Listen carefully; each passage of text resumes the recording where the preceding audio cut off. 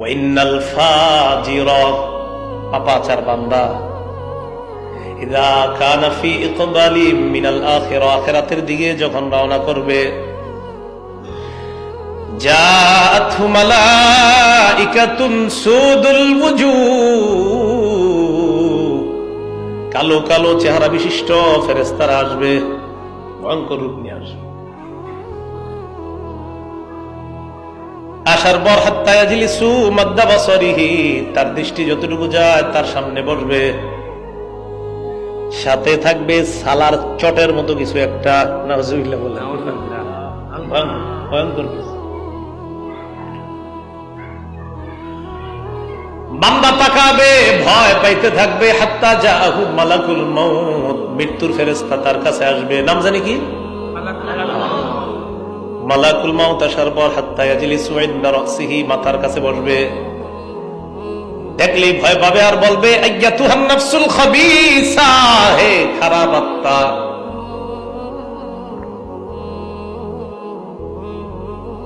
উখরুজি, তুমি বের হও, তোমার উপর আল্লাহ বড় অসন্তুষ্ট, গোস্বা হয়ে আছে, তুমি বের হও।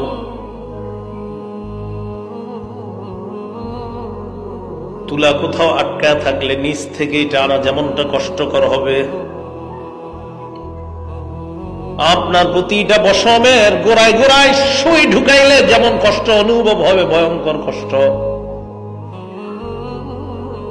এইভাবে কষ্ট হবে, ভয়ঙ্কর কষ্ট চলতে থাকবে। আত্মাটা পাপাচারের ভিতর থেকে বের হবে, বের হওয়ার পর গন্ধে টিকতে পারবে না, সামনে যারা তাড়াতাড়ি বলবে আত্মাটা দাও। চট জাতীয় কিছু একটা ভয়ঙ্কর কোন একটা জিনিস নিয়ে আসছে, ওইটার মধ্যে তার আত্মাটা নিবে, নেওয়ার পর পেঁচাবে, পেঁচানোর পর যখন রওনা করবে ফেরেশতারা বলবে কার আত্মা, গন্ধে টিকতেছি না, সরো। জবাব দিবে ফুলান ইবনু ফুলান, অমুকের সন্তান, অমুকের আত্মা, বিআকবাহি আসমাইহি আল্লাতী কানু ইউসাম্মুনাহু বিহা ফিদ দুনিয়া, মানুষ তারে যে খারাপ নামে দুনিয়ার মধ্যে ডাকতো, এরকম একটা নাম বলবে, অমুকের সন্তান, অমুকের আত্মা, সারাদিন টাস খেলতো, জুয়া খেলতো, বদমাশি করতো, ইত্যাদি ইত্যাদি। গন্ধ কেমনে পাইলা? এই জাতীয় গন্ধ পৃথিবীতে আর কখনো পাইনি। এই দুই আত্মা নিয়ে আজকে থেকে ফিকিরে লেগে যান। এটা ইমানদারের আত্মা, এটা পাপাচারের আত্মা। লম্বা হাদিস নবীজি শোনায় দিতেছে কবরের সামনে বসে। আকাশের দিকে রওনা করার পর আল্লাহ পাক রব্বুল আলামিন বলবে দরকার নাই, আসমানে ঢুকাই দরকার নাই, যা তবু কিতাব আব্দি ফি সিজ্জিন,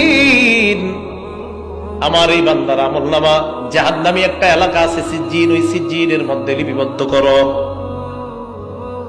দেহটা কবরের মধ্যে রেখে আসলাম, বাসতলায় রেখে আসলাম, আসার পর আত্মাটা তার দেহের মধ্যে ঢুকবে, ফায়াতিয়ানিহি মালাকান, দুই ফেরেশতা আসবে, ভয়ঙ্কর রূপ নিয়ে আসবে। চোখগুলা চুলগুলা দেখলেই বান্দা ভয় পাবে। বসানোর পর প্রশ্ন করবে মার রব্বুকা, তোমার রবকে? জবাব দিবে হা লা আদরি, জানি না। ওমা দীনুকা, হা হা লা আদরি, জানি না। নবীর চিনুনি? না না, জানি না। ফেরেশতারা বলবে আলাম ইয়াতিকুম নাযীর, সতর্ককারী কি আসে নাই? আলেমরা কি সতর্ক করে নাই? করছে, ফাকাজ্জাবনা, মিথ্যা মনে করছি সব। আল্লাহ বলবে এটা আর প্রশ্ন করা দরকার নাই, আনকাযাবা আব্দি, মিথ্যা কথা বলছে সব। আফরিশুহু মিনান নার, কবরে জাহান্নামের বিছানা বিছায়া দাও। আলবিসুহু মিনান নার, জাহান্নামী পোশাক পরায় দাও। ওয়াফতাহু লাহু বাবান ইলান নার, জাহান্নাম থেকে পর্যন্ত একটা দরজা খুলে দাও। ফায়াতিহা মিন সামুমিহা ওয়া হামুমিহা, জাহান্নাম থেকে উত্তপ্ত হাওয়া তার কবরের মধ্যে ঢুকতেছে। কবরের মধ্যে ঢুকার পর কবরের অবস্থাটা এমন হয়ে যায়, লাহুম মিন জাহান্নামা মিহাদ ওয়া মিন ফাওকিহিম গাওয়াশ, নিচেও আগুনের বিছানা, উপরেও আগুন আর আগুন, চারদিকে আগুন আর আগুন। ও বরং তো হঠাৎ তাকায় দেখবে একজন লোহার একটা জামদা নিয়ে দাঁড়ায় আছে, একটা আঘাত করবে, আল্লাহ নবী বলেন ইয়াসিহু সাইহাতান লা ইয়াসমাউহা ইল্লা সাকালাইন, এত জোরে একটা চিৎকার দিবে, তার চিৎকারের আওয়াজ জিন ইনসান সারা অন্য যত হাইওয়ান জানোয়ার প্রাণীরাও তার আওয়াজ শুনতে পাবে।